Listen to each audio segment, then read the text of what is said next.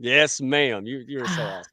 Well, only How because are you? I said, "Hey, are you ready?" And you're like, "Yeah," but no volume came out of you. I'm like, we're about to go live, sunshine. Get yourself off mute."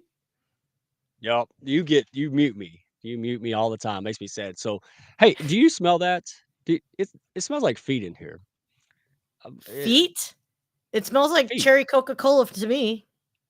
Well, I'm not even sure it's my feet. That's why there's a skunk out there too. So I'm looking at this doggy door going, I hope it's not as close as I think it is. If you see me run out and start screaming, that was a skunk. All right, just to tell somebody. Okay. Um, so let's see who we got. Oh, we got what, Emerald and Bonita Lee. So good to see you. Oh, look at all these new people. I love new people. We Hey, like new let us know in the people. chats. Yeah, let us know in the chats where you're from. And everybody wants to talk about viral comments or viral posts. Let's do some viral comments, man. Networking in here. Don't pitch slap. Don't just run all over people. But hey, have fun, man. Ask questions, make comments, follow each other. That's what this is for, man. This is your all's time. So great seeing all these amazing folks. Um, wow, look at this. Look, hey, Christina and Cindy. Oh, So yay, good. guys. So I gotta You make a ladies. comment real quick. As we're like looking at all Go. these wonderful people logging in, because the first minute or two, it's gotta like warm up. Anyone that's on your mobile devices, okay, we will love you, support you, thank you, but we cannot see it on this platform or any other platform because LinkedIn has a glitch where if you're commenting on your mobile phone, we will not see it until after the show, unfortunately. But we love you like love songs and we will comment you back and we do appreciate you. So thank you. So, Benita, thank you for saying watching on my laptop so I can comment. Um, I don't Yes. know, Mike. I don't know about you, but call me old. I cannot begin to imagine commenting on this darn thing. I would rather just like yeah, no. I'd rather wash dishes and do laundry and fold it and hang it than comment on my phone. Just Well, saying. before I met you and Brilliant Beam Media, I pretty much ran my live stream with an Etch a Sketch with bad Wi-Fi and a deer stand. So I get you. You're a high tech person, and thank goodness. And shameless plug, man, because it's well earned. It's not shameless. Hey, brilliantbeammedia.com, all the Hounds, exclusive media production team of the Hounds. Love you and your team, Sia. Gosh, all these great people. Hey, do you have my pictures? Because I don't know why anybody would care. What they wanted to know what I do for fun. And I'm like, what's fun? I play with Barbies, yell at children, and I work all the time, right? Like everybody here probably does. Um, but Yeah. but I did have some fun. So talk to us, Goose. Like, is this your idea of fun? Yeah, going under the crawl space. That's it's redneck fun. And then I got I didn't know we had blow ups. The little snowman and stuff. So yeah, there you go. And then this is just me being open because today we're going to be talking about getting out of your own head, being vulnerable, getting all that baggage and crap we carry around. And so I just saw these, man. I have an office in Louisville. I hate it. I don't ever go there. Matter of fact, I almost had to go there and I decided I didn't want to. In my office shed, which will never change, multi gazillionaire, and I still have this little raggedy shed that makes me comfortable. But I found these. I found these because, I want warm feet this winter and I earned it. Dadgummit, I earned it. I worked hard. I made it. I'm not homeless this year. Who knew? So that's my baby booties. I will let you all know how that works out. But they were toasty. Wait, Nice. those are booties? I thought those were chairs. I thought, like, hey, those are some cool chair. I want to sit on that chair. No, that's actually a close-up of my office floor in my office shed, my favorite office, and that's my chair. That's y'all, one day, maybe here soon, maybe when we do the one-year Hounds, I'll show you where I'm actually at. Y'all are die. I'll show you my real office, then I'll show you the shack that I stick in stay in 14 hours. But that's me. So, hey, where's your favorite place, man? Tell us what you enjoy. Did you got your Christmas stuff up or holiday stuff up? Do you hate it as much as I do? I don't even do the outside of the house anymore. So Yeah, I'm let us all know where you. yeah, no, thank you for asking. I am not a Christmas person, and it's not because I'm not religious or anything like that, although truthfully I'm not. I think it's just a to me because I used to host the family holidays for like 15 years in a row, which would be at peak 40 people in my house. 20, Whoa. 25 would be in my house for a week. I think I'm, like, traumatized from it, so I no longer love the holidays like that. I love the time spent, but it was a lot of work for me, so, no, I am not decorating. I'm happy to have a very quiet house, um, but my happy space Dude, is always the concert, you know that, man. Like, I'm always like, yeah. you know I'm happy at a concert. That's when I get love from Sia, when she's at a concert, at 2 in the morning or whatever time, and she's happy. I'm happy and the world's happy, smiling back. Um, wow, look at all these great people. So I'll tell you what, let's roll the intro. Let's get on with it. Let's show our great folks and let's move this. I'm so excited for the night. Let's do it. You sound like a machine right now, so let's go. Let's go.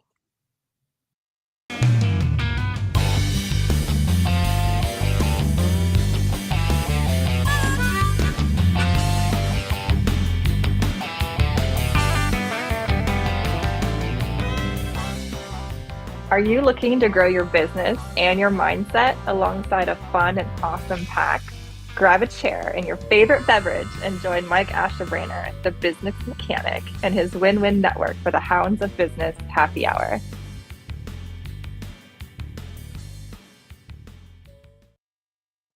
Oh, I got busted. I got Uh-oh. busted. Shout You out to you Michael Gale, you done out got your MGL TP. Outdoor MGL Outdoor Adventures. He needs extra strong ply TP guys. All right, man. He's a great guy. How does it not Yes, we get irritate your nose? you know, country people. Come on now, we've met before. All right, so we got bigger problems out here. So like Oh, bad man. Wi-Fi. All right.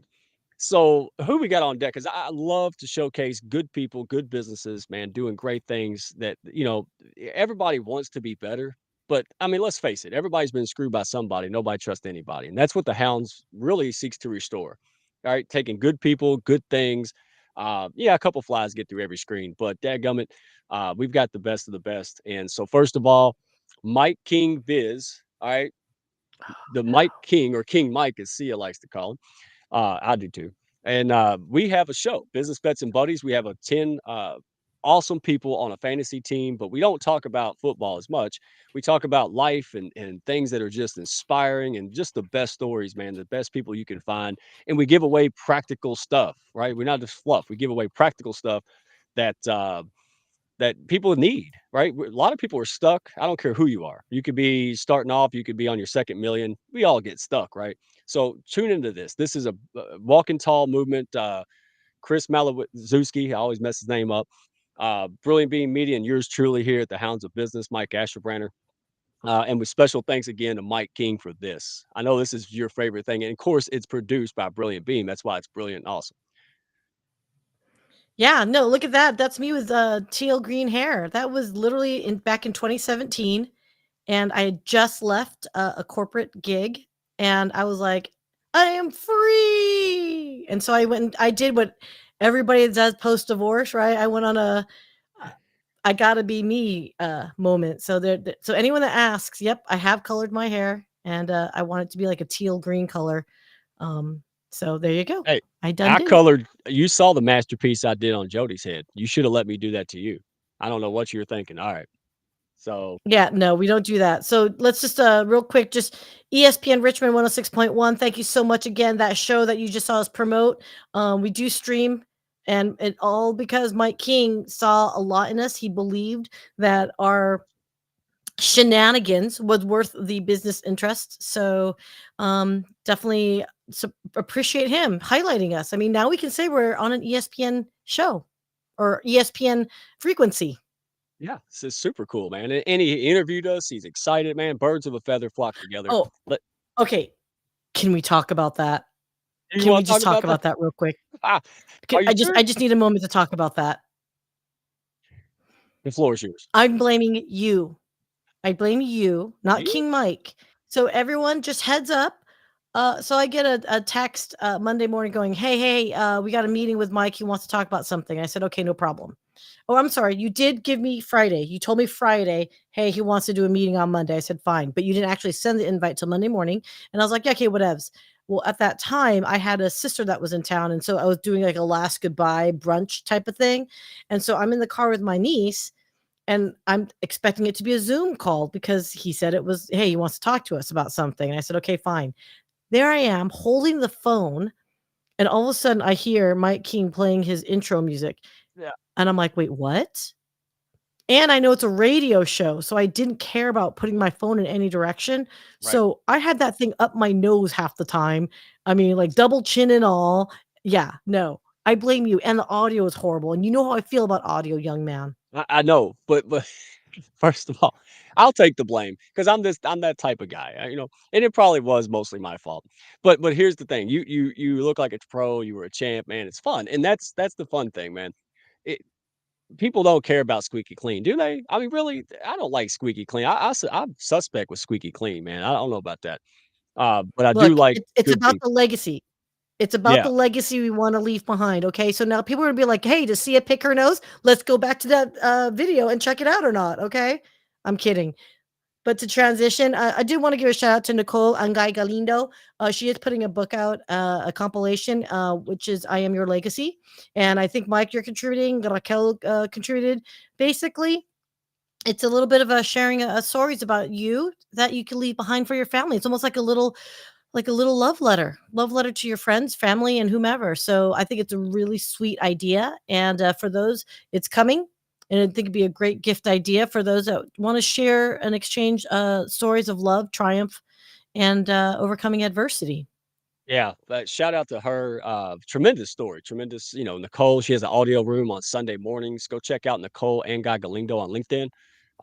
Plug into what she's got going on. Super proud of her. Super appreciative of what she has done with everybody in general in the house. So thank you, Nicole. And by the way, Yes. guys, love the comments. Keep them coming. Ask questions when we get going. And Miss Raquel, I can't roll my R's.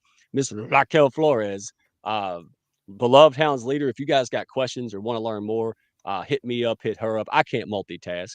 Right. That's why I got these brilliant people around me. So, let me go here. All right. So brand face. I love brand face. They made me look good. So I don't know what else I need to say. All right. But seriously, if you're a coach, consultant, expert, or if you have a life-changing message or a story, right, in a business to promote, you guys got to attend one of these calls. All right. Brand Face, the VIP podcast, meet and greets, man. There's small groups. They have little calls. They always bring value. They connect people with great people. Love these guys. Can't say enough about them. So as a Hounds fan, because you're here watching, you can bypass that usual screening process and get right on to it. So it's brandfacesession.com, brandfacesession.com. Skip line. Who doesn't love that? You're welcome. Tell them Mike sent you and see ya with the happy face. And can't say enough good things. And by the way, November 28th, this hasn't been really announced yet. November 28th, Brand Face and the Redneck Financial Coach, yours truly, we're going to be putting on an amazing mastermind webinar. All right. So we don't just talk about it. We're going to be giving practical, move the needle. If you want to move the needle, grow your business, do something practical, get something out of it, dadgummit, check my profile, check out Brand Face. Stay tuned. All right. Follow and like.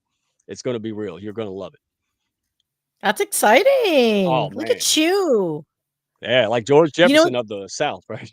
I'm moving, you know, getting things going. you know what's I love the way I love this, and I love all the activity that's going on, and anyone that's familiar with us in general as a community, there's a lot of collaboration taking place, a lot of stuff that we're like, "Wait, where did this come from?" It's like almost like people are like birthing babies, and they're like they present us the baby, and you're like, "I didn't even know you were pregnant." Like, it's amazing how much business is actually getting done right now.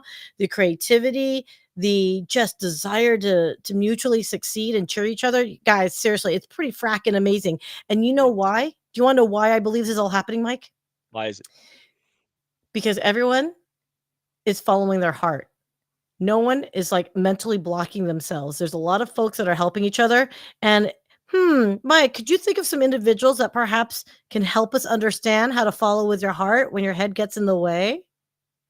Hmm. I might have a few in my pockets. Great question. I know.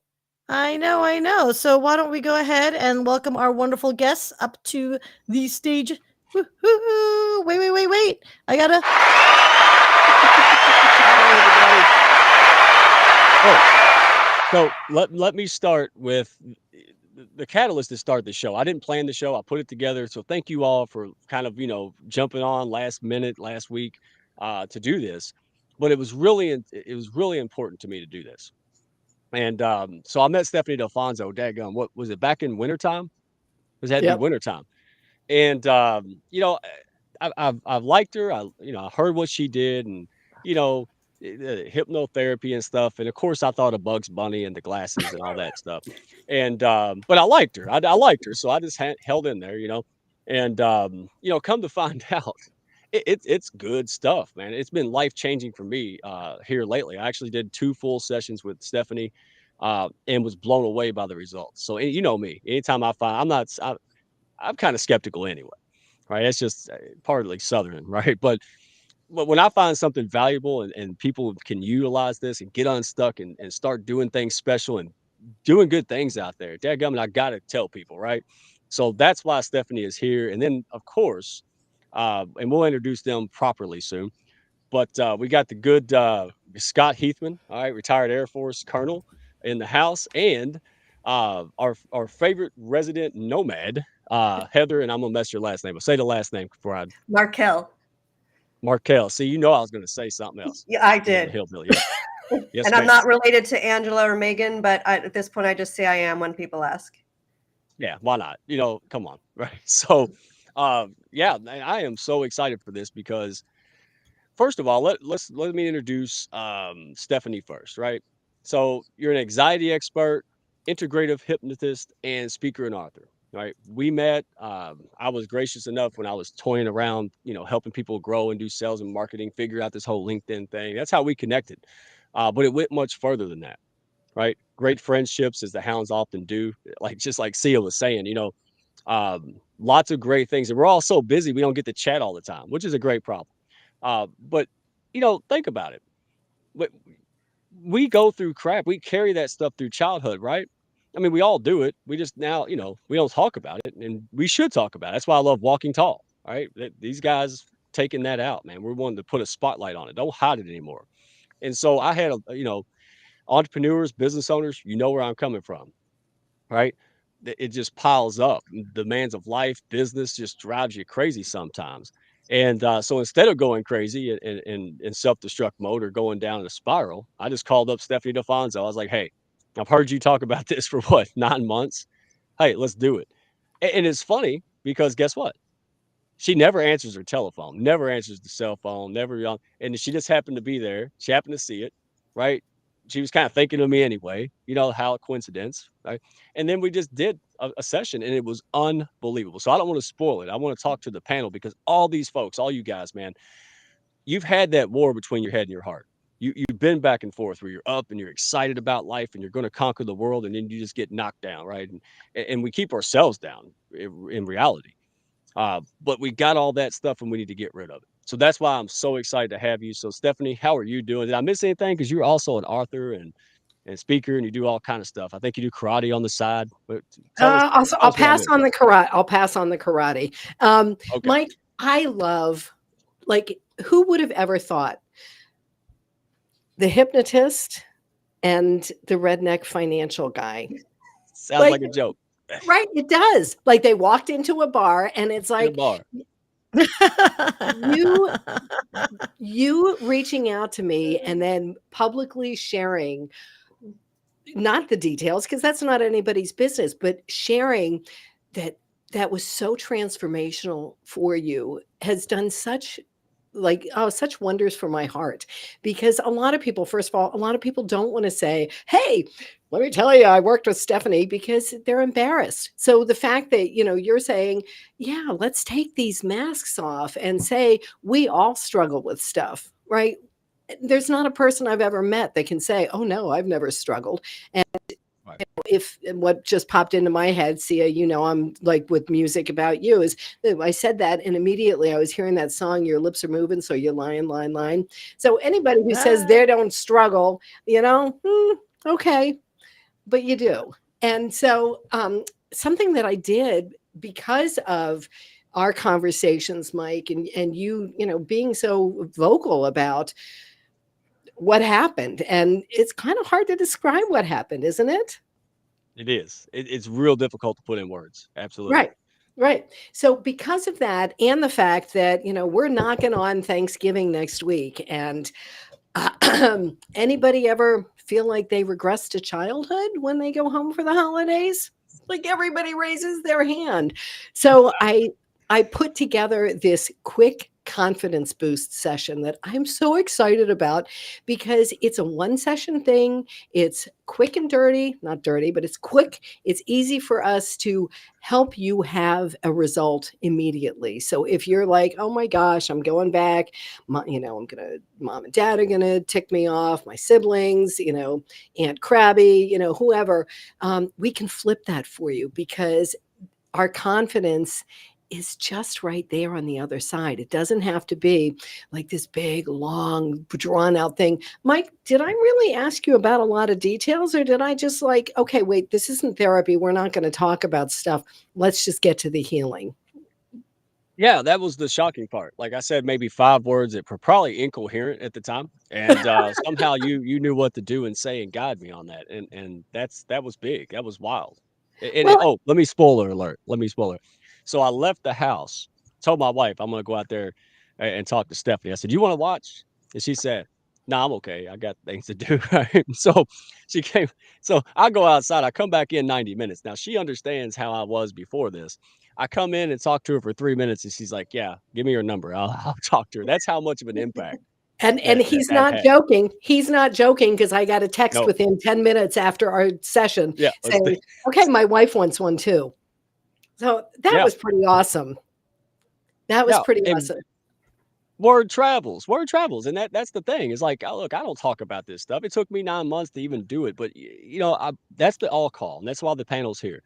The all call to everybody out there, you're not alone. You're not jacked up. There's nothing wrong with you that's not wrong with humankind in general, for the most of us. Now, there are a couple exceptions, but for the most part, and the viewers here, we're just good people just trying to get it done, man, and that's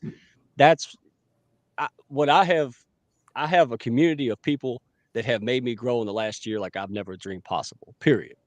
And not just grow in business, but grow as a person. Because let me bring the other panel in, because all this time I thought I had a marketing problem or a daggum, business problem or a supply problem or something. Come to find out, I had a me problem, right? It was my attitude. It was my getting over and fighting through. And sometimes it just stinks. Sometimes I'm convinced that you just have to pay your dues. Life's just going to beat you up, and whoever's going to hang in there and not give up early wins. That's what I've noticed at the top 5% levels of people who succeed on their goals. All right. So, speaking of that, we never can. We got to play Where's Waldo with Heather, right? Our nomad. So she is actually in the States, which is rare, right? So, and I love y'all got to check her profile out. Go check out Heather's profile, because she's always posting I live vicariously through her posts, because I don't even go to the grocery store or gas station half the time anymore. I, I'm so spoiled. But so Heather, how you had, correct me if I'm wrong, but you had the regular type of 9 to 5 career. You were a corporate person. You did your thing, but then you said, not enough's enough. And then you did it. And we all look at it, romanticize and go, wow, how great is that? So tell us about it. Like, what catalyst drove you to say, I'm going to be happy? That's what's going to come first. And then what happened after? Yeah, I mean, looking back, it is funny. From the outside, it probably seems like, oh, one day I just woke up and then I just went and lived my life. In Right. fact, it took me something like 10 years to have the guts. And my first chunk was I was in the wrong relationship for a long time, fighting between my head and my heart. Should I stay? Should I go? And I ended up herniating 2 discs where in my neck between the head and the heart. And that was the most excruciating pain I'd ever experienced in my life. And so when in 2017, in January, as I've been now spending literally about 10 years every January saying, I'm going to quit my corporate job this year, this is my year. And then getting to December and realizing I hadn't done it, that January, I ended up with a pain in my chest. And I immediately flashed back to that relationship, which landed me 2 herniated discs because of that battle between head and heart. And I realized, oh my God, my heart is speaking to me. And I'm not I'm not putting myself through another health issue because this one will be worse. I'm out. So that was the ultimate catalyst for me beginning that journey that year. That was 2017. I said, if I'm ready, I'm going to take every chance to turn everything I can into an opportunity to prove that I'm ready to actually do this. And I found three of them, took them, and that allowed me to finally do the hardest one, which was tell my mother that I'm going to quit my 25 plus year career and go travel for a while. Yeah. So what came first, courage or confidence? Ooh, that's a really interesting question. I think confidence, because those voices in my, like, there was a definite, for me, it was a voice battle between, in my head, the words of my head and my heart against each other, until that year when I finally committed and I said, I'm really doing it. Those voices became in sync. So instead of hearing my heart say, I wish I want to do this, and my head saying, but you can't, it suddenly became, I want to do this, and I know you're going to tell me I can't. And my head was like, well, why not? Maybe it's going to be better than you think. And that joining of internal forces is really what gave me the courage and the confidence I guess it gave me the confidence to go and have the courage to quit and do it. Wow, man, and that's what this show's about. I want the audience to, hey, no stranger danger here, guys. You're future hounds. You're gonna email, you're gonna DM me and join, probably anyway. So let's go ahead and do it in the comments. Hey, warring in your head. When you're 100% committed to something, and you know that's what you're supposed to be doing, and you're with that, there's no breaking that. You're unstoppable. But how in the hell did we get there? And I was 99% there, but that's not 100. All right. That's why I've reached out to Stephanie. That's why I reach out and drive Sia nuts sometimes. That's why we all do it, because we want to be better. The ego's got to go. And speaking of commitment, Scott Heathman, how are you, man? Retired Air Force colonel. Okay. And yeah, you're far from just sitting around fishing on the beach, right, my friend? You are a Always. non-stop guy, dude. So command with courage. All right. Let me see if I get this. Let me make sure. So you inspire CEOs and corporate frontline leaders to command with courage, right? All right. So Mhm. they can lead more effectively, all right, be more a cohesive culture, and help people grow the bottom line, help the corporations and businesses grow their bottom line. Did I get it right? Absolutely. Simple, All right. right? Simple. Here's what I liked about you. All right. 'Cause, I mean, we all love the military people and leaders and all the folks, man. We all love it. Thank you for your service, number one. And number Thank two, you. um, you're a stand-up guy. Like, people would follow you with a private rank. You're just that type of guy, and I don't say stuff I don't mean. Like, it's not, your title is not why. It was evident to me your title was not why people followed you. They had to, but I think if everybody said, well, we're just gonna go, don't worry about ranks anymore, they would still follow you, Scott. And that's what caught my attention about you. So what motivated you? Because you don't have to do anything really, right? So what was that in the military? What in the military inspired you to go out there, coach, and help other people? And how hard was that transition? How hard is that? Yeah, it's I don't think it's easy walking away for serving in uniform for a year or 30, 40 years. It's hard to leave an organization where, you're putting your heart and soul, and in this case, you're putting potentially your life on the line, right? So there's a lot of trust, a lot of love from the rank and file to the left and right of you each and every day. You're putting everything into it. I kind of reached that point where, I got into the Air Force because all I want to do was fly airplanes. And then I kind of fell in love with leadership about halfway through, you know, and really because I had a lot of leaders just amazing leaders that poured into me. And I said, I want to do that. And I just kept saying, I want to do that. I want to do that. I want to do that. As I kind of moved up in ranks and spent more time in. But I kind of reached a point too where, much like Heather, I had some medical challenges along the way. Back in 2019, I was involved in a car accident, and through them looking at me, they found a brain tumor, and that's not something that you get introduced to each and every day of your life. I mean, the question literally from the doctor was, "Do you know you have a brain tumor?" And I'm like, "No." Is that serious? You know, can we keep going? Yeah, it's serious. It was deadly serious. So we had reached that point where, from diagnosis to actual surgery, it was about a year. We kind of watched this thing, and it was kind of grown to the point where it was affecting me. And at the time, I was in command of an Air Force base here in St. Louis, Scott Air Force Base. Funny enough, Scott with 2 T's, Air Force Base.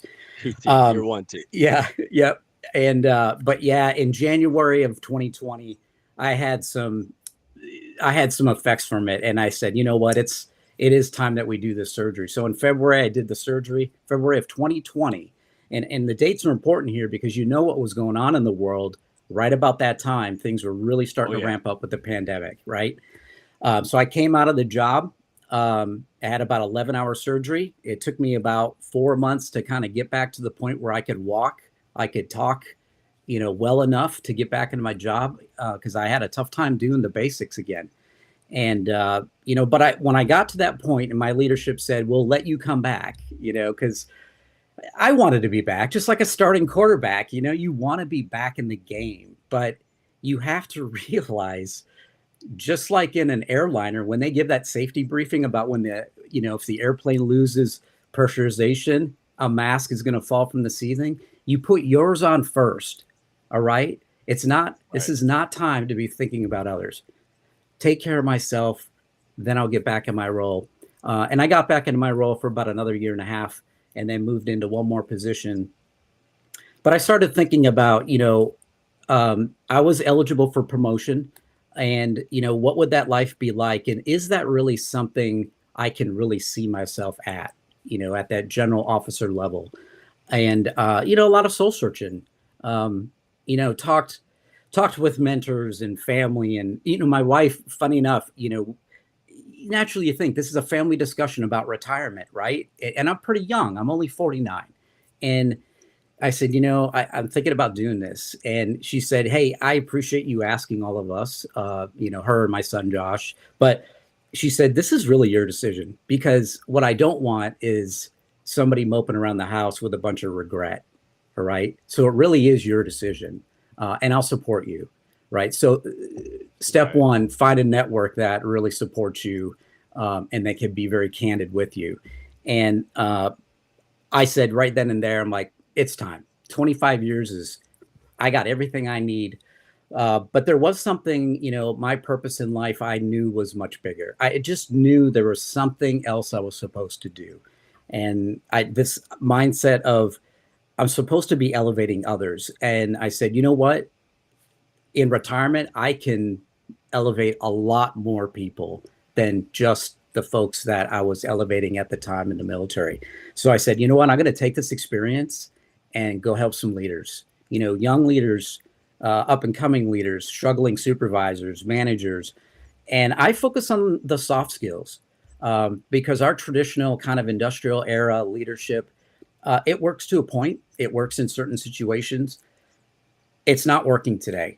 And it can't sustain itself that way. So I am more focused on trying to find those areas that leaders have not tapped into, where we could really enhance them. And next thing you know, they're performing at a much higher level.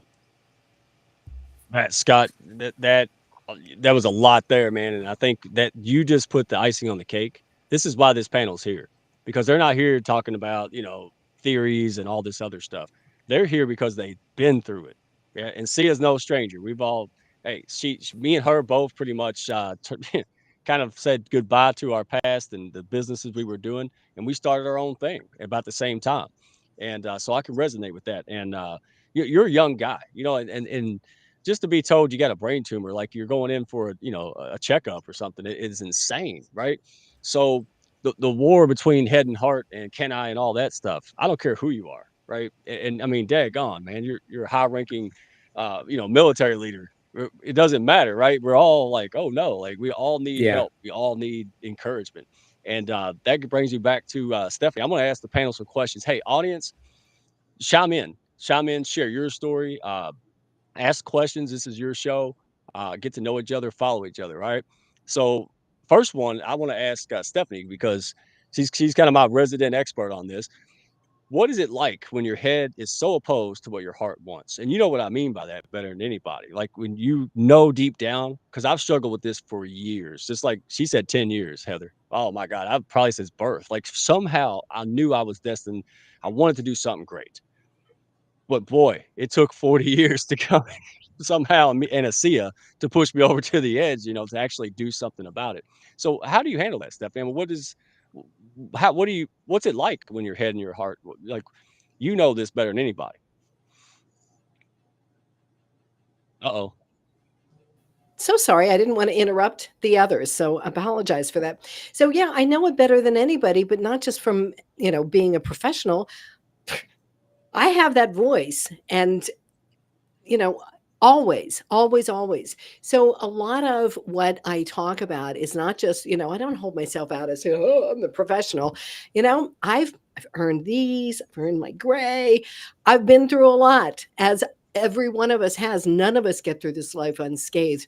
And one of the, like, just two simple things I want to share is, when you notice your nasty voice, give it a name. Okay. Everybody just thought of somebody they really can't stand and had a name pop in their head. And so we'll keep this G rated. When you hear your nasty voice, tell them to STFO. Just shut the up, right? It makes you laugh. It like gets dopamine and serotonin moving through your body. And so it lightens things up. I love doing that. And when I do it with clients, they'll be all serious about it. And I'm like, okay, tell them to, and they just bust out laughing. And so it's a pattern interrupt. You want to interrupt that voice. The other thing that I really like, it's so simple. Everything I share, it's like, let me share simple things, because if it's simple, you'll do it. If I say, okay, now Yeah. go find a quiet place and meditate for 20 minutes. The internet connection, we just lost each other, right? So real simple, just do it with me right now. You can do it eyes open, eyes closed, whatever feels best. Just drop your awareness to your heart space and just imagine that you're breathing in and out of your heart space. Now, I know your monkey mind is going, I can't breathe through my heart. No, just imagine. Drop into your heart space and imagine that you're breathing in and breathing out through your heart space. And in a very short amount of time, you'll start to feel some of those rough edges smoothing out. And I have worked really hard. I've been researching for over 20 years. I've actually been in practice for 20 years now. And I don't just pull this stuff out of the air. I always like, okay, there's science behind it. And the science behind this, you can look at the Heart Math Institute. They've been studying our heart since 1991. And they've come to find that we have 5 times more electromagnetic currents in our heart than we do in our brain. 5 times. So, when you do the heart breathing, I remember somebody telling me, somebody was working with whose husband was dying of cancer. She was going through it, her with her about the heart breathing. I said, sometimes my clients like to add a color to it too. And so she had me on her live show. And the next time she had me on her live show, she was like, and Stephanie told me to breathe in blue and breathe out white. And I never told her that. And I was thrilled because she took what I offered and she made it work for her. So just tell your nasty voice to STFU and drop into your heart and breathe. And as we're coming up to Thanksgiving next week, and there's a lot of angst about that, when they start around the table and they're saying stuff that's triggering you, don't react, just respond, just eyes open. Drop your awareness to your heart and imagine that you're breathing in and out of your heart and watch what happens. It's going to put you back in control. Yeah, you must be talking about my family. Well, I think most of us have that, my dear. I'm wondering how many more years I can use COVID as an excuse not to go. So I know it sounds bad. I'm like, Wait. ooh, the COVID's really, the vid has scared me. And they're like, That's okay, time's like up. I don't own. That's time's up, Mike. Yeah. So first of all, and I want the panel to chime in on this. I mean, big time, because they lived it too, and they figured this out. But here's the thing: all of you guys have this in common. If someone can come along and help you, would you rather do it in a couple weeks, months, years or decades, right? Like that's how I look at this. Like amateurs do stuff alone all the time, always do stuff alone. Top level pros have coaches, right? Like that's the whole point. Like what better coaches can you have than people who live through this? This whole panel, Sia's here. These people been through it. I mean, he's the colonel, right? But he's opening chapter 2. He had to go back and learn it all again. Heather's like, "Hey, I'm gonna run around the country." Oh, I don't. Not everybody speaks English. There's always challenges, right? Like I'm gonna run around the world. There's other languages. Like me, I'd be so screwed. So, um, on that note, if these techniques and hypnotherapy, all this stuff is so daggum effective because it was like years of therapy actually came to life. I don't know the words behind it, but all that head stuff, right? We talked about that. Only 5% of the stuff like therapy and stuff is rational. But when you went through the journey and the process, I was the one connecting it, right? I was the one going through that muck. You were just talking and guiding me through it, right? And Yeah, that's and didn't you feel empowered by that instead of me taking this authoritative, like this right, scary thing, this picture of the scary guy going, "Oh, you're going to bark like a dog." right. You don't want to give your control to anybody else, and that's not what hypnosis is about unless you're dealing with somebody who's into their own ego. It's not about me, it's about you, and how do I help you not only rewire your brain, because that's what we're doing, we're rewiring our brain, Right. but for you to know that you were the one who was doing it. And it was pretty doggone easy, wasn't it?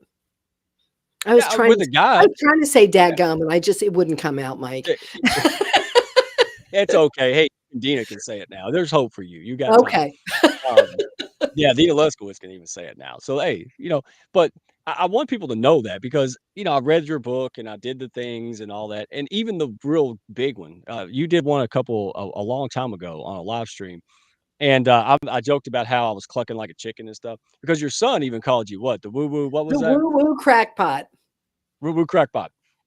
And so here's and I'm gonna defer here, but if this reminds me of like chiropractic care and stuff, right? Like the medical community is kind of like, well, somehow it's on insurance, sometimes, covered by, but it works for most people who live by it. And they say, hey, this helps me. It seems like what you do is the same.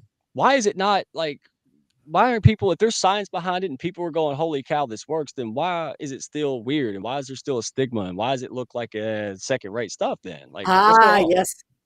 She's so polite, Raquel. Hush it.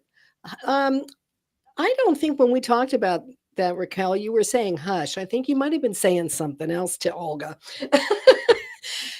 Mike, I could get on a soapbox about that. And, when I started 20 years ago, maybe about 10% of insurance companies covered it.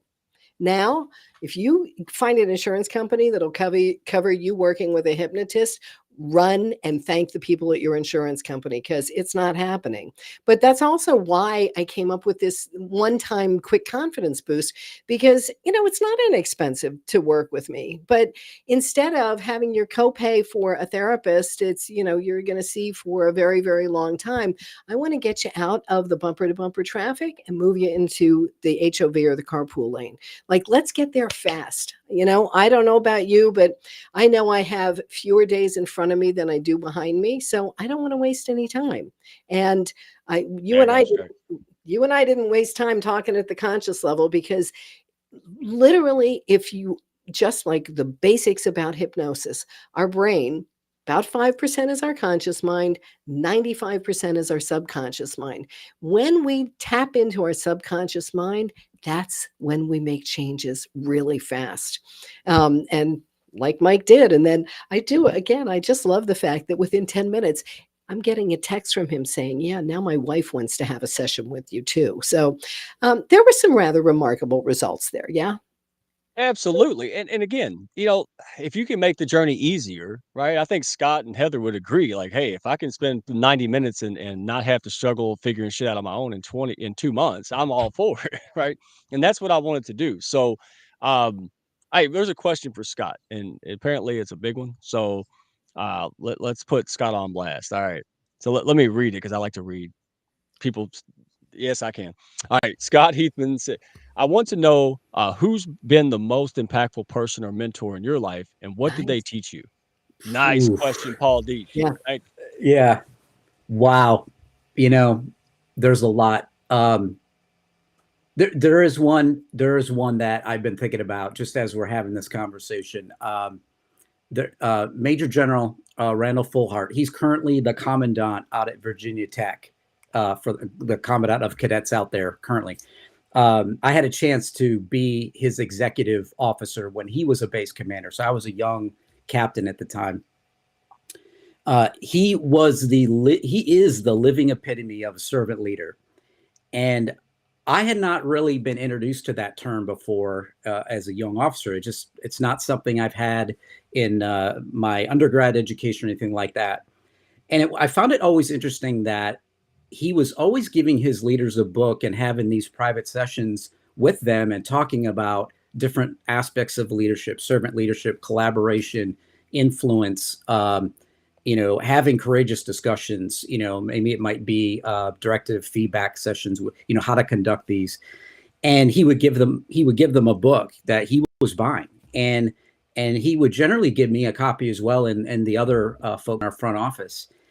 And I can remember having a sit-down session about a feedback session with them, and we got into a discussion about, education and when are you going to go get your master's degree?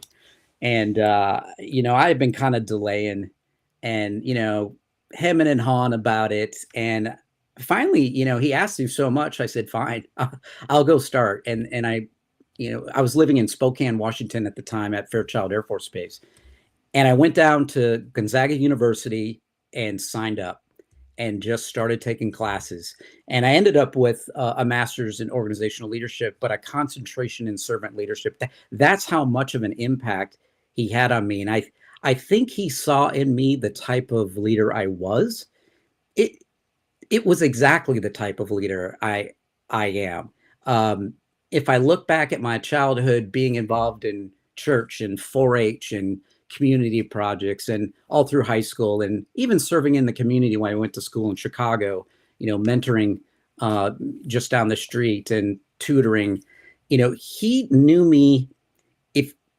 If you picture people as an iceberg, he knew more than just the 10% of us that you see above the waterline. He got to know people below the waterline. And I think that's so important. Mentors are really good at that, but I think that's so important for leadership. And he pulled that out of me. And that is the best education I think I have ever received to this point.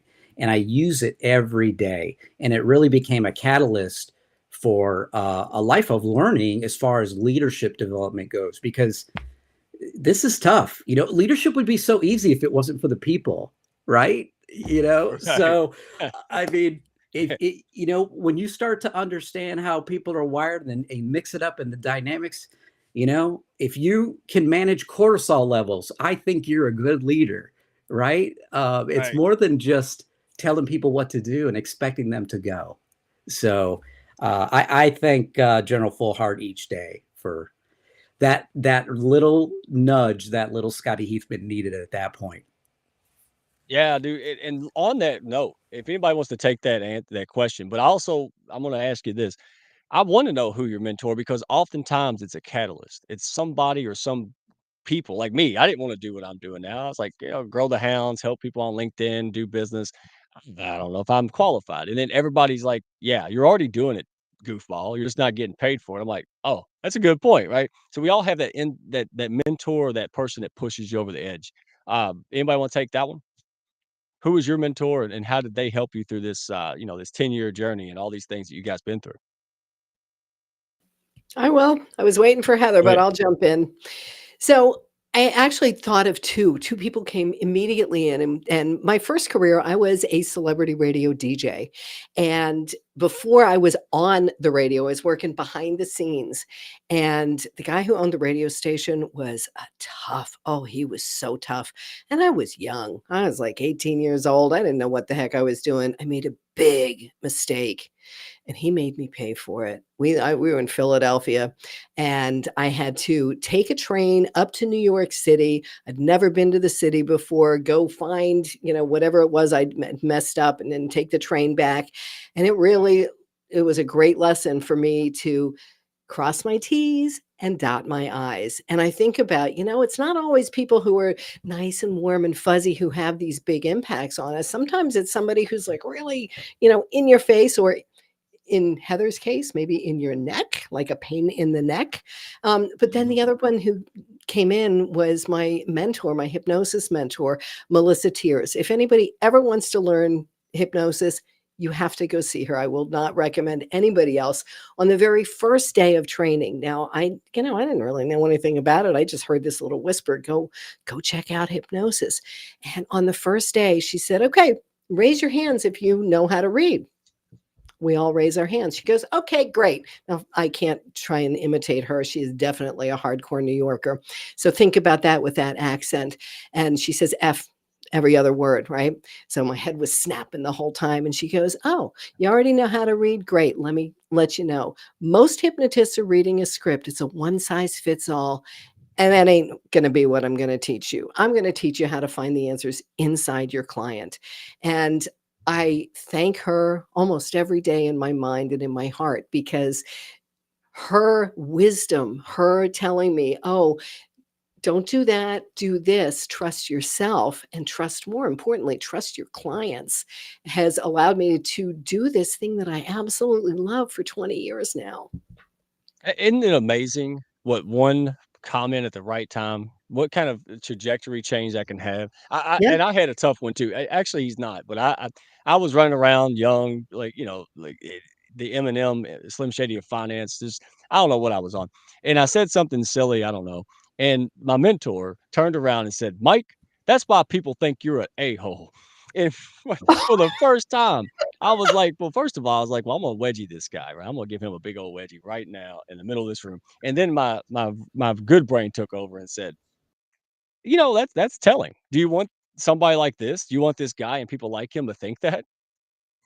So it's telling. It's not always a Yoda or some kind of magical mentor. Sometimes somebody whooped your butt, and that's exactly what you needed when you're like me. So Heather, to you, it takes a lot of courage to go live your dreams and travel around and all this stuff. And, people have 9 to 5 still worry about finances and all these things, but you tackle them. Who was the people that, or person that pushed you, that affirmed you, that gave you that confidence and that courage? Well, I've been listening to these guys, and honestly, I think my mentor is myself and Wonder Woman. Wonder Woman is, I grew up like loving fantasy and this idea of like, characters that can do anything. I was the person that I used to go to networking events. I'd meet someone and they'd be like, hey, I'm Bob. I'm an investment banker. And I would just look at them and naturally just say, and what would you rather be doing? Because I always just sensed this when I met someone that didn't want to do what they were doing. And so when this idea creeped into my head of traveling full time, and I was like, how does anyone make a living doing that? There were no mentors. That's why I became one for other people, because I looked, but most of the people I saw out there doing what I wanted to do seemed to be half my age. They seemed to be earning money by like posing in their bikini in front of a hotel, which is not what I wanted to do. Hey, I And only did that once. Don't judge. once that we know about, but but yeah, so I couldn't find that mentor, but I did have when I started committing to this path, I realized there were a lot of people around me that didn't believe I could do this, and I needed to stop looking to them to help me. So I started looking to the people in my network, my friends that completely believed in me. And even if they didn't want to do what I was doing, even if they couldn't mentor me specifically in that direction, they were the voice that said, go for it. And, they were the ones that when I said, oh, this is, how they'd be like, Heather, I know you can do this. So for me, my mentors were definitely my friends, and the lack of mentorship to do what I want, because at the time that I did it, it really wasn't, I quit in 2017. So it was before the pandemic, before the Great Resignation. And certainly, people my age range just I mean, already it was like risky, and then this was just not something people did. It was not normal. So I would have loved to have a mentor, but I didn't. So like I said, that's why I've become the mentor to help other people, because I know there's so many other people out there now doing what I'm doing, which is great. But there's a lot more that want to, but need that help with the courage and the help with just, the fundamental. A lot of people simply, like me, the reason I waited so long was, how on earth do you afford full-time travel? And frankly, looking in from the outside, it looks like people like me are living a glorified vacation and must be very wealthy. So you can imagine how shocked I was when it took me 10 years to have the courage to do this. And I put aside a budget that I assumed would last me 3 to 6 months, and it lasted me 2 years.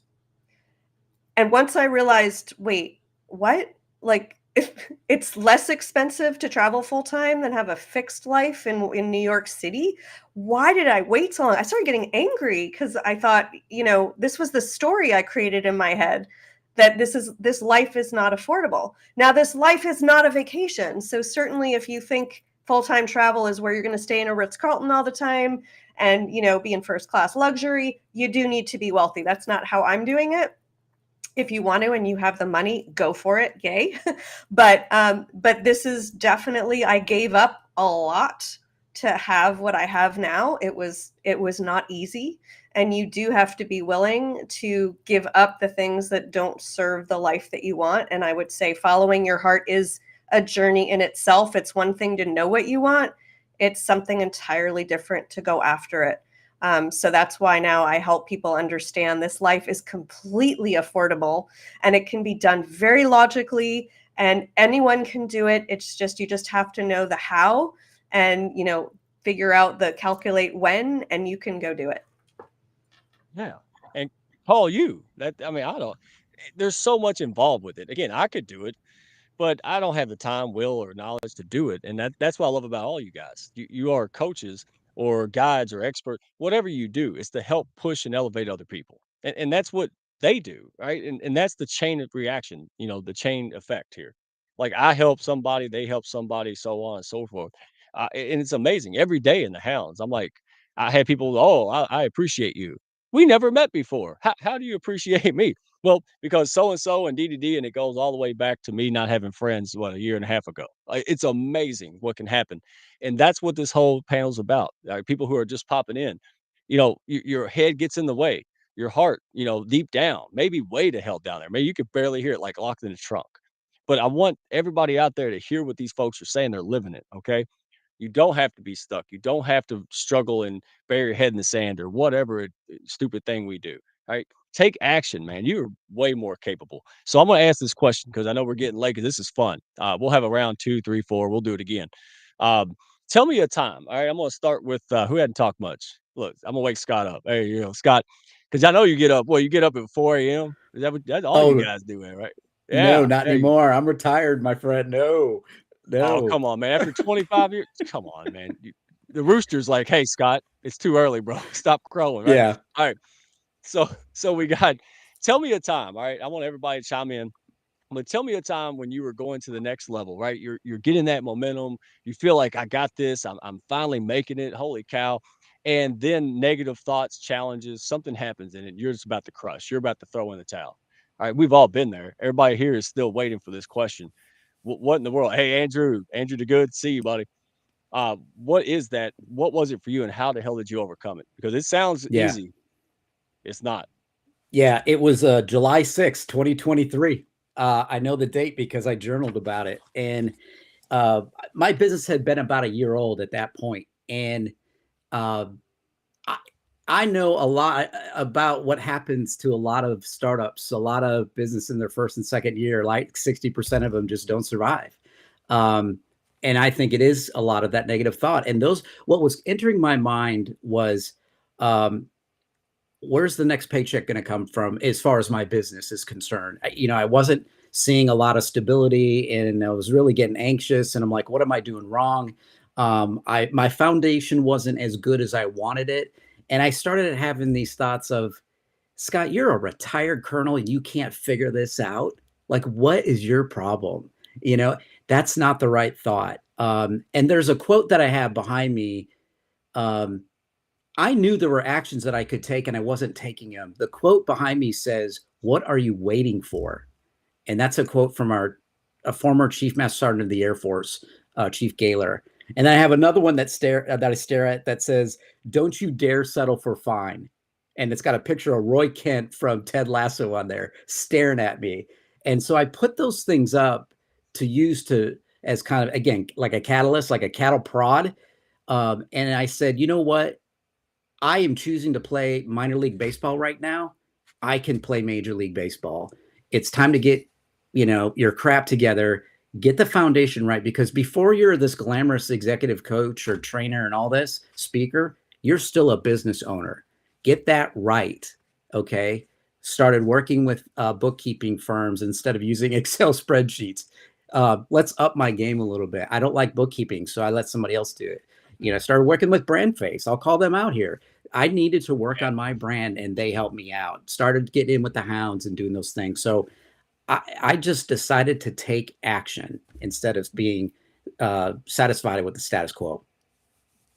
Take action. Look, even little tiny baby steps, man. I'm so sick of great people thinking they're not good enough or somebody's already done that or blah, blah, blah. No, they haven't. You just haven't learned how to put it to use yet. You haven't figured it out. Go do the work. I'm serious, man. I mean, you're hearing it. All right. Who haven't I picked on? Has it been Heather? We'll go to Stephanie and say, hey, when was the point? I would guess is when you were your son said woo woo crackpot.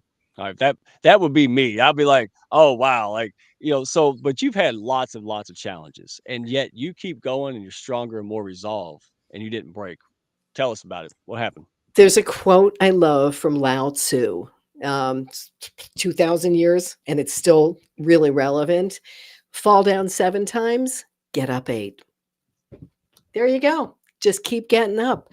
Where I really had the biggest issue, the biggest challenge as far as my business was when I would go to the first 10 years of my business, I had an actual in-person office, and I would go to all the local networking events, the Chamber of Commerce and all of that. And there was Tom Duffy. Every time I'd walk in, he'd go, "Watch out, she's going to make you bark like a dog or cluck like a chicken." And I realize now he was just scared to death. Like, oh my gosh, what's she going to do? Is she going to control me? But I let him get in my head. And I freaking stopped talking about hypnosis. I started talking about, oh, I do coaching and yeah, I can help you do this. And like, what? Hypnosis is my superpower. Hypnosis is such an incredible tool. And I allowed somebody else to get in my head. So the STFU started for me with him. That it was, I had to get him out of my head. And I love, Scott, that you're talking about. You've got this quote here and you've got this quote here. If you could see what's on my wall above my computer, there's all these little reminders. And if you don't have that in your environment, think about that. I know about feng shui that'll fit in a thimble, but think about it. Now you're hearing it from Scott and from me. Have visual reminders to help keep you going for those times when it's just, being an entrepreneur is not for the faint of heart. Anybody disagree with that? No. And I hear crickets, so I guess not. No. Yeah, and it is. It's because it's what's in here. You're challenged. You don't have a feel, you don't have to worry about coming to work the next day when you have a job. But you daggum sure do when you are the job, right? And you can't complain about your boss. My boss is an asshole. It's you. So I mean, you complain about yourself. Such a different dynamic. But this stuff applies to people who have careers. We're all human, and man, we all try to do it alone. So Heather, when you were excited and you got the courage and you're making strides, and all of a sudden negative Nelly just popped you in the face. Tell us about it and how obviously she didn't win, right? So tell us what happened. And in terms of visuals, it's really funny because obviously I travel, so I can't really post visuals, but I have like bracelets and I have like 100,000 photos on my phone that are constant visuals to like inspire me in those moments when I'm like, what am I doing? But the biggest thing happened, you know, I think it's natural. The universe always tests us. So we're like, so here I am. I know what my heart wants. I finally had the courage. I've quit my job. And 2 weeks later, I'm in Costa Rica, and I'm, you know, after I've had this wonderful, glorious 2 weeks traveling around, my heart is singing. I've met this lovely couple from Canada, and we are going to meet up a couple weeks later. And at this point, I end up going to Corcovado National Park, which is in the south of Costa Rica. And I'm like sleeping in this tent on the beach, which sounds beautiful, but there were like giant cockroaches in it. And I had to figure out how am I going to meet these people? Because you know, in my wisdom, I pre-booked the first 2 weeks of my adventure and then stopped myself, thank God, because I thought I got to experience go with the flow travel. How am I going to do that if I pre-plan everything? So when I sat down to try and figure out how am I going to meet my Canadian friends in this town where they're at, the Wi-Fi is terrible, so I can I can barely get on there. The hotel or tent manager, whatever, could help me, but he clearly doesn't like his job and doesn't feel like it. And I can't figure out how I'm going to meet them. The only two solutions I can come up with after hours is I'm either going to take a dangerous overnight bus ride to get there or a really expensive flight, and neither of them is an option.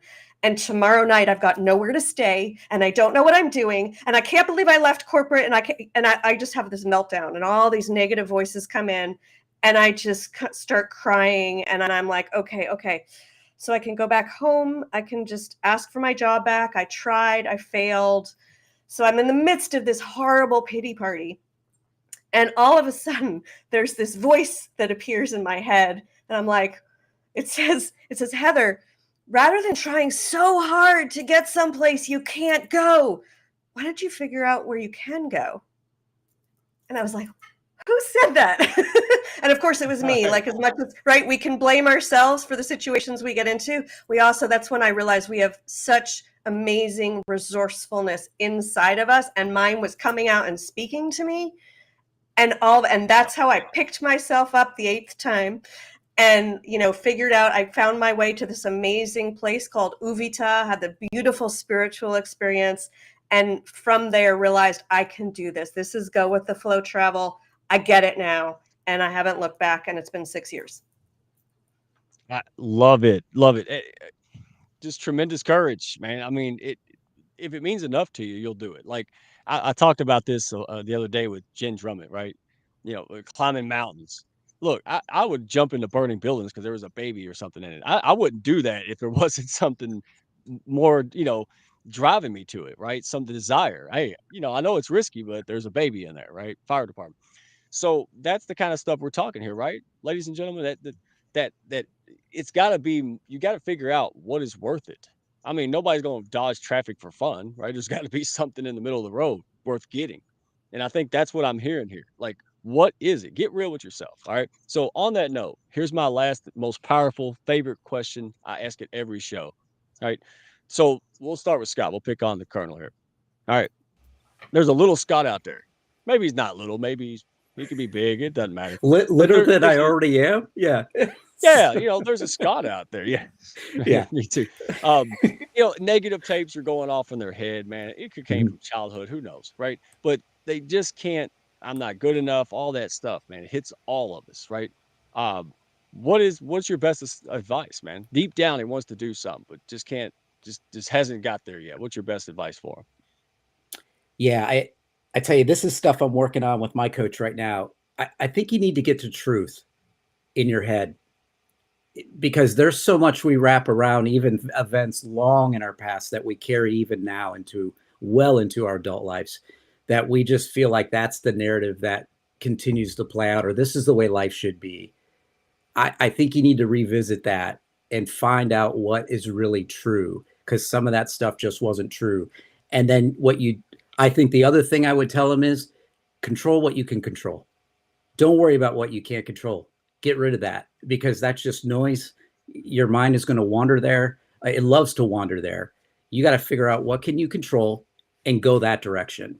And make it simple things to control. If the big goal is too much, small moves is what this is about. So that's what I would tell little Scott. Yeah, and he would thank you for that, man. Or any Scott or any Heather or anybody at all. Great advice. And I heard both of you say this or touch on this. What's the worst that can happen? I was really in a bad time. I was really scared. I quit, my business, quit working with the other business on principle and all these things. And now I have zero income. That's a scary place to be. And I was in my feels, I was in my head, catastrophizing like crazy. And then it was Becky Wolf, burnout coach, right? She said, "What's the worst that could happen?" Let's go ahead and start there. What's the worst that can happen? And we went over the worst, losing house, right? All this kind of stuff, right? And what would you do if, I mean, would you be homeless? Well, no, right? We could go and move into an apartment. Would hate that, but and so we started thinking about it. That's what you two were just saying, right? You started challenging. I had a negative thought, man. I ain't had in I don't know how long, and I was taking a walk, and that negative thought popped in my head, and what the hell? Like a fly swatter. I was like, what? Oh hell no! But I used to entertain that thought, and that's why it held me back, right? And I want to be very transparent with folks out there. That's what this is. Right? We're human. Right? There's nothing wrong with you. The wrong thing is that you've been lied to and you believe it, that you shouldn't go out and seek help and do better and put yourself out there. That's the daggone lie. So thank you guys for being vulnerable with that. Heather, same question. Somebody out there, they're dying to, right? But they're far from calling you. They're far from looking up. They have to. What is your best advice for someone who's stuck and they want to ditch the damn desk? They're far from it here though. Yeah, really simple. This is something that helped me when I was thinking, how would I afford full-time travel? And like, what about health insurance? How am I getting health insurance? I came up with all of these like fears, anxieties. Turn every fear and anxiety into a question.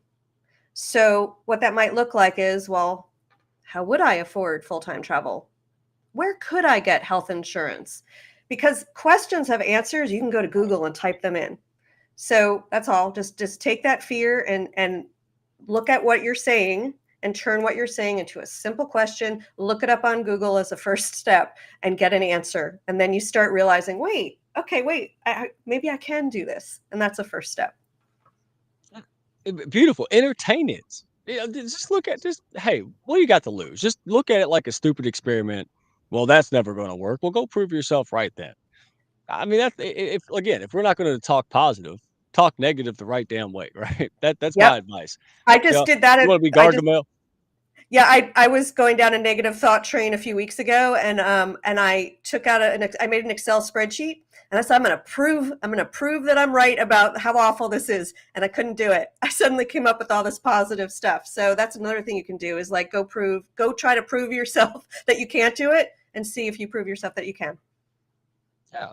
I put a camo hat and talked about money for hell's sake. What are you going to say? I mean, and I do more talking. I help more people now with this stupid thing in a t-shirt than I ever has in my little chrome paper suit, right? So that's the whole point, man. Reach out. We got a whole community here, all these people here. Man, reach out. Birds of a feather. Don't be stuck. Stop that. All right. So, hey, last but not least, all right, my favorite hypnotist and woo-woo crackpot. I can't believe he said that, dude. And that had to He still calls me that. You know what? uh, Whatever, dude, right? I'm going they're to make down. my answer very, very, very short, sweet, and to the point. Listen to your heart and choose joy. I have that as a little reminder right here all the time. So that's it. Listen to your heart. Choose joy. Hey, you're anything but any damn crackpot. You are the real deal. I'm attesting to that right now. All right, so I got Thank it you. up. And I appreciate you because that's a struggle. That gets in the way of me helping change lives and push these people up and do the things I do. And you've helped me through that tremendously. So I want everybody to know that. Thank you. Thank you for that. We're on two, right? And man, I mean, and I'm going to go to the country, and me and Cletus are going to sit there, right? He's going to headlock me while I'm doing karaoke and do redneck stuff, and then I'm going to bring up the fact that, yeah, Cletus, I know you cry at night, but maybe you could talk to Stephanie. And here's the funny part: he'll go, yeah, slip me your number, right? Like that because we get like like I was doing Pilates and I was talking to one of the big dudes and where I have knee problems and physical therapy doesn't do anything. I wake up in pain. So he doesn't think 2 years ago he would have beat me up, but now it's not so funny. So that's my point. Reach out to these folks. Reach out to them. Reach out to them. It's great. That's what we're here. So if you need a support system, you need a pack, you want to run with some people that are on the same journeys, guys, DM me, DM any one of these amazing hounds. Appreciate you guys. Really, you walk the walk, you talk the talk, and man, that's what we're all about, dadgummit. So mindset, like, yeah, Raquel, mindset is instrumental. We talk about it, but I hope we gave you something today that either inspires you to do a little bit more, re-examine some stuff, or to help someone else that you encounter this week, right? That's the point. So I'm getting very Oprah and stuff. So do we have any last minute thing? Anybody got anything? No? Going once, going twice. I'm waiting for C to pop in and just start yelling at me. That's kind of how we close the show. Um, Okay. All right. Well, hey, guys, I appreciate everybody. Have a great one. We will not have the Hounds next week. Okay. So you get a week off. You're welcome. And let's see. The 29th, that's Jen Drummond, right? Second Seven Summits, world record holder. We're excited about that. Everybody have a great happy Thanksgiving. And call Stephanie, DM Stephanie before you go so you can actually enjoy the hell out of it this year. How about that? Okay. Where's C at? Help me, C. I'm getting I'm yelled jumping at. back in Captain's here. Thank I'm you. jumping in, kids. Visually, aesthetically speaking, I was here with you the entire time, but it just looked better with 4 people on screen. So I do want to do one last shout out because I apologize. Andrew DeGood, want to give you a shout out. We just met him. I just met him and had a conversation. Apparently, after ghosting him. So my apologies. I straight up Yeah. ghosted. Apparently, like I told. Well, you know what happens on LinkedIn? You guys all know this. DMs just get buried, like, and apparently he like sent me a calendar and I just never replied. So sorry. Hey, I met Andrew. I had a pleasure of meeting Andrew. He is a good guy. I mean, again, I tell everybody this big old nose, I can sniff out winners and bull stuff. That guy, he's something else. Again, very humble people. That's what the Hounds is, guys. Just a bunch of humble people doing the best we can, man, and helping. It's good that I made it. Reach back and pull someone up with you, man. Andrew is that guy. So everybody check Andrew out. He ain't got nothing to sell. He's just out there spreading goodwill and looking for opportunities and great folks. You can't go wrong. Birds of a feather do flock together. So appreciate you, Andrew. Hey, other than that, guys, have fun. Can't wait to see you back here November 29th, that Wednesday. So take off, have fun, enjoy the family time, and love all you guys. Appreciate you. And also November 28th. All right. Yours truly, Brand Face, Tanya Eberhardt. Go follow our pages for more details. But you're going to walk away with some stuff. I promise you. I don't waste time. I don't waste my time for daggum sure. So appreciate you guys. Love you. DM everybody. Have a good night. Bye. Thank y'all for stopping by. Be sure to follow, share, and like, and send me a message if you had fun today. Y'all come back now.